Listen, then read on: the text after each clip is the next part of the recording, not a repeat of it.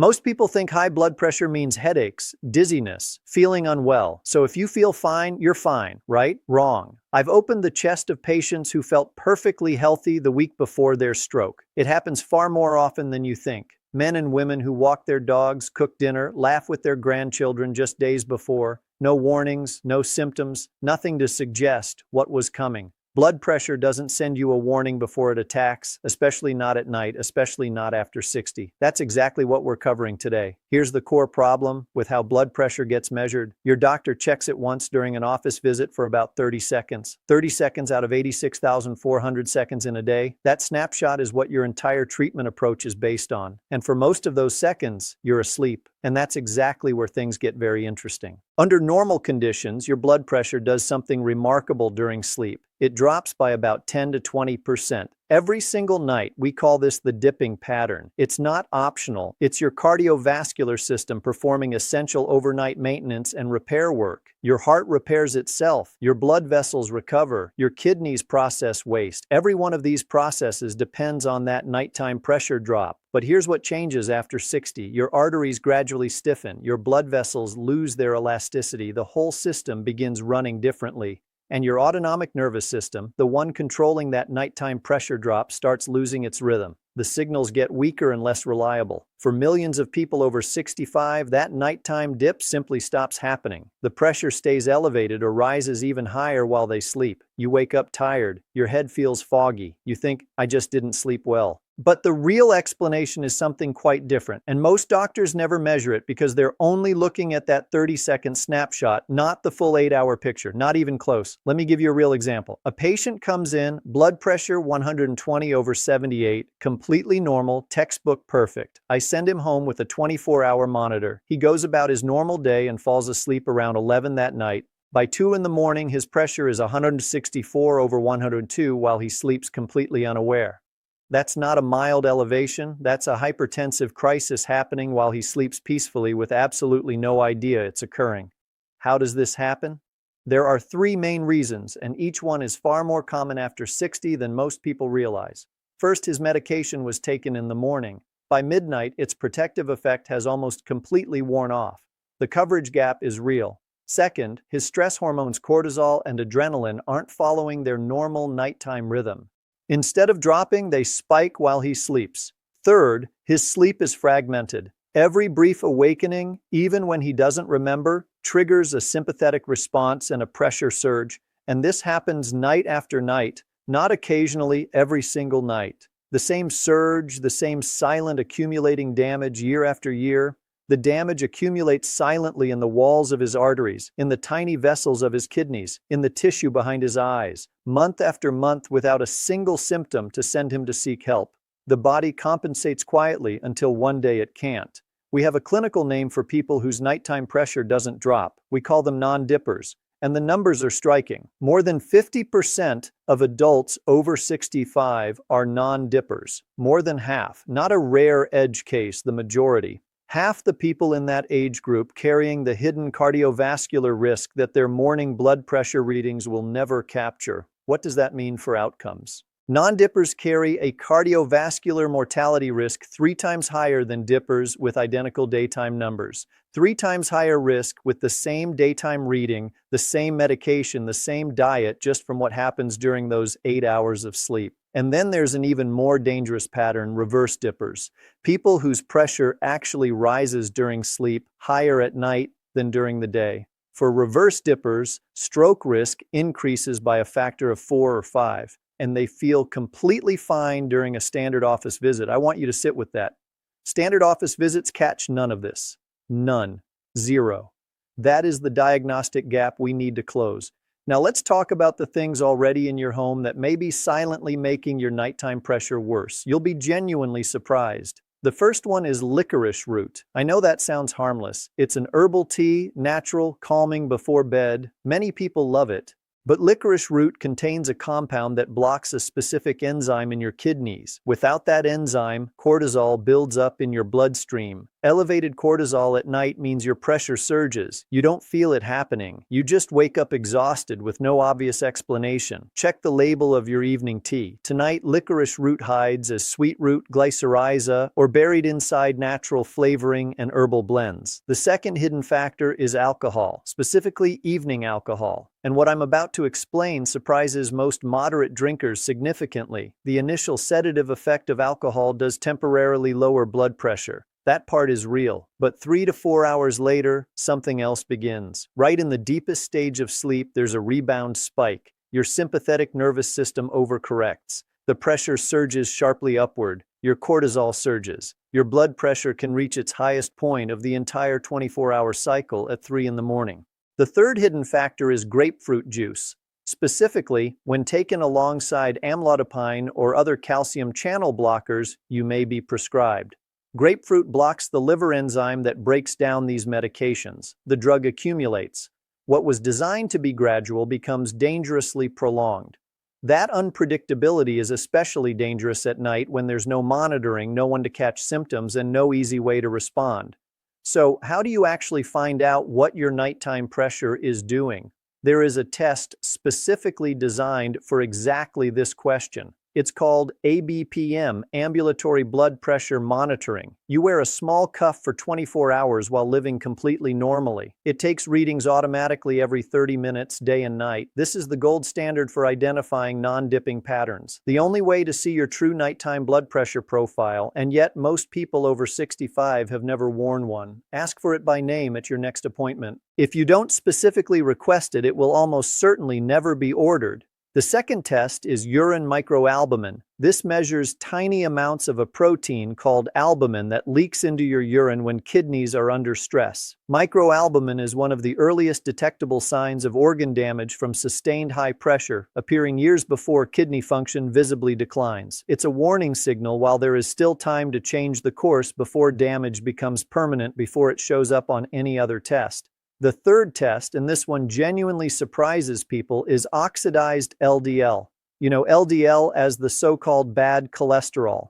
Oxidized LDL is what happens when that cholesterol is damaged by free radicals. Essentially rusted cholesterol, far more destructive to arterial walls. Standard cholesterol panels don't measure it, but it's a direct marker of arterial wall damage, exactly what sustained nighttime hypertension accelerates. These three tests together, ABPM, urine microalbumin, and oxidized LDL, give you a clinical picture that no standard checkup ever provides. Affordable, widely available, and almost never ordered unless you ask for them specifically by name at your next appointment. Write them down right now. ABPM, microalbumin, oxidized LDL. That is your complete agenda for the next time you see your doctor. Now let's talk about solutions. Starting with the most overlooked one, the timing of when you take your existing blood pressure medications. Most antihypertensives are taken in the morning. That's the convention. That's the habit. But is it actually optimal for protecting you at night? The protective effect of most blood pressure medications peaks within a few hours of taking them, then gradually and steadily fades throughout the day. If you take your pill at 7 in the morning, by midnight, its protective window has significantly diminished right when you need it most. There was a landmark study addressing this directly. The Hygia chronotherapy trial. 20,000 patients, 6 years of follow-up, one of the largest ever conducted. Researchers compared patients taking their medications in the morning against those taking the same medications at bedtime. Everything else held equal. The results were remarkable. The bedtime group showed nearly 50% lower rates of heart attack, stroke, and cardiovascular death. Nearly 50% reduction from simply changing when the medication was taken. Same drugs, same doses, different timing, dramatically different outcomes. Not switching medications, not increasing doses, not adding new prescriptions, just taking what they already had at a different time of day. I must be clear, do not change your medication schedule on your own. Talk to your doctor first. This step requires a direct conversation. Some medications genuinely should not be taken at bedtime, diuretics especially. Your doctor needs to review your specific case before any change is made, but the conversation is absolutely worth having. One question at your next appointment could change the entire approach. It takes 30 seconds to ask. Let me tell you about something with genuine clinical evidence behind it. Sitting quietly on the shelves of most health food stores, hibiscus tea, specifically the dried flowers of Hibiscus subdurifa. And before you dismiss this, let me show you what the trials actually found. Hibiscus contains compounds called anthocyanins, the same molecules responsible for the vivid deep color in blueberries, pomegranates, and red cabbage. Anthocyanins are powerful antioxidants. They neutralize free radicals, the molecules that damage arterial walls and directly contribute to oxidized LDL. But hibiscus does something else. It inhibits ACE, the angiotensin-converting enzyme, the same enzyme that a major class of blood pressure medications targets. That's not a coincidence. That's a pharmacological mechanism found in a plant, studied in trials, replicated across multiple independent research groups. Multiple clinical trials have shown consistent blood pressure reductions in patients with mild to moderate hypertension who drink hibiscus tea daily. We're talking reductions of 8 to 14 millimeters of mercury in systolic pressure in patients not on medications. That is clinically meaningful. Now, preparation matters. Weak hibiscus tea has minimal therapeutic effect. Most people are making it far too diluted to see any benefit. Use 10 grams of dried hibiscus flowers, not tea bags, not blends, actual dried flowers. Water at 90 degrees Celsius. That part is important. Steep for 10 to 15 minutes, not 5, not 7, 10 to 15. The extraction time matters for the active compounds to fully release. The color when properly brewed should be deep burgundy, almost like dark red wine. If it looks pale pink, steep it much longer. 3 cups per day is the dose studied in clinical literature, but the most important cup is the one you drink in the evening, 1 to 2 hours before sleep. That's the timing window where it has the most meaningful impact on what happens to your pressure overnight. One important caution: if you're already on blood pressure medication, do not add hibiscus without telling your doctor first. The combined effect can be additive. This isn't meant to discourage you. It's a reminder that even natural compounds with real mechanisms interact with real drugs. Tell your doctor, you've just taken in a substantial amount of information. Let me distill all of it into 3 specific actions you can take tonight. Just 3. First, go to your tea cabinet right now. Read every single label.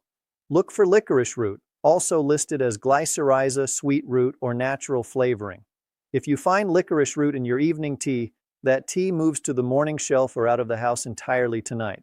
Second, be honest with yourself about your evening alcohol. Not harsh, just honest. Is it happening regularly? Is it close to bedtime? If so, know that rebound pressure spike is real. It's happening at 3 a.m. whether you feel it or not every single time. You don't have to eliminate it, but consider shifting it earlier with dinner, not in the hour before you go to sleep. Third, take out a piece of paper and write down 3 things. ABPM, microalbumin oxidized LDL, that is your list. That's it. Fold it. Put it next to your insurance card. That piece of paper is your entire agenda for your next doctor's appointment. 3 items. Affordable, available, and they will give you the clearest picture of what your cardiovascular system is doing while you sleep.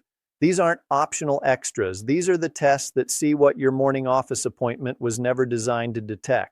Here's what I want you to understand at the deepest level and why I spent this entire video on a single focus topic. Your cardiovascular system never stops working. Right now, as you watch this, your heart is beating, your vessels are under pressure. It never rests, not once.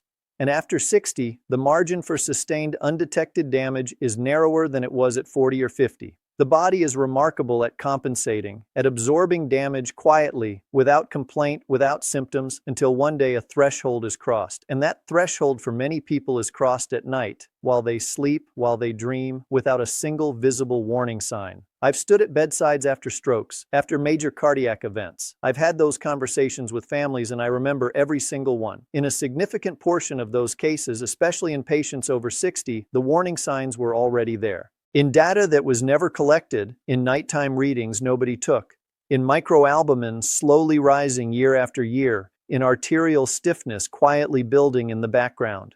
In many of those cases, the outcome could have been different, with one more test, with one informed question at one appointment. Preventable in many cases, yes, not all. Medicine is humbling, but far more preventable than most people believe when they have the right information, when they ask the right questions, when they get the right tests, when they have one good, informed conversation with their physician at the right time. You have every right to that information, every right to ask about nighttime pressure, about ABPM, about medication timing, about these tests. You are not being difficult. You are not being demanding. You are being a responsible participant in your own healthcare. That distinction matters enormously. And that engagement, based on decades of watching patients navigate this system, genuinely saves lives, not as a slogan, as a clinical reality. The patients who ask questions, who bring lists to appointments, who follow up, they get better care. The data on this is consistent. You have something today that most people don't have when they walk into their doctor's office. Specific, targeted, actionable information. Let me bring this all together. I want you leaving this video with complete clarity. Not just information, but a specific plan. Your daytime blood pressure reading is a starting point, not the complete picture. Nighttime pressure matters just as much, often more. More than half of adults over 65 are non-dippers, carrying 3 times the cardiovascular risk of people with identical daytime readings. 3 times with the same office reading, almost never detected by routine visits. A silent risk most people carry without ever knowing. There are things in your home making this worse. Licorice root in your evening tea, evening alcohol, and grapefruit juice with certain medications. 3 tests reveal the full picture. ABPM, urine microalbumin, oxidized LDL, available, affordable, rarely ordered without a direct and specific request. Bedtime medication dosing supported by 20,000 patients in the Hajia trial can cut cardiovascular risk by nearly half for the right patients. And hibiscus tea, 10 grams steeped deep red, taken 1 hour before bed, has genuine clinical evidence as a supporting daily measure. 3 steps. 1. Check your tea cabinet tonight. 2. Write down ABPM, microalbumin, oxidized LDL. 3. Ask about evening medication dosing. Has your doctor ever discussed nighttime blood pressure with you? Have you worn a 24-hour monitor? Tell me in the comments below. I read everyone, and your experience genuinely helps other people in this community understand what questions to bring to their next appointment. If this video gave you something useful, please share with someone over 60 who you care about, a parent, a spouse, a close friend. This is exactly the kind of information that gets lost between appointments and referrals. Your share can be the bridge for someone who needs it. Subscribe if you want to go deeper on cardiovascular health after 60. There is much more important ground to cover, and we are just getting started. One final thing, I want to be completely direct about this. Everything shared today is for educational purposes. It reflects current research and my clinical experience in cardiac surgery, but it is general information, not personal medical advice. Your situation is unique. Your medications are specific to your history. Your biology is individual. Please talk to your own physician before changing anything, before adjusting your medication schedule, before starting any supplement, before making significant dietary changes. Your doctor needs to be in that conversation. That conversation is not a formality. It is the whole point. Better information, better conversations, better outcomes. That's the chain that matters. Take care of your heart. It has been working for you every single hour of every single night, without pause, without rest, without complaint. For every decade of your life, every year, every night, silently, faithfully, doing its job without ever asking for anything. The least we can do is pay attention, ask the right questions, get the right tests, have the right conversations with the right people. You now know exactly what those questions are, which tests to request, which conversation to have. That knowledge has real, measurable value. Walk in prepared. That's the whole message. Walk in with your list. Walk in knowing what to ask for. That changes everything. I'll see you in the next video. Until then, take exceptional care of yourself and of the people you love. And if you have questions or want to share your own experience, the comments are open.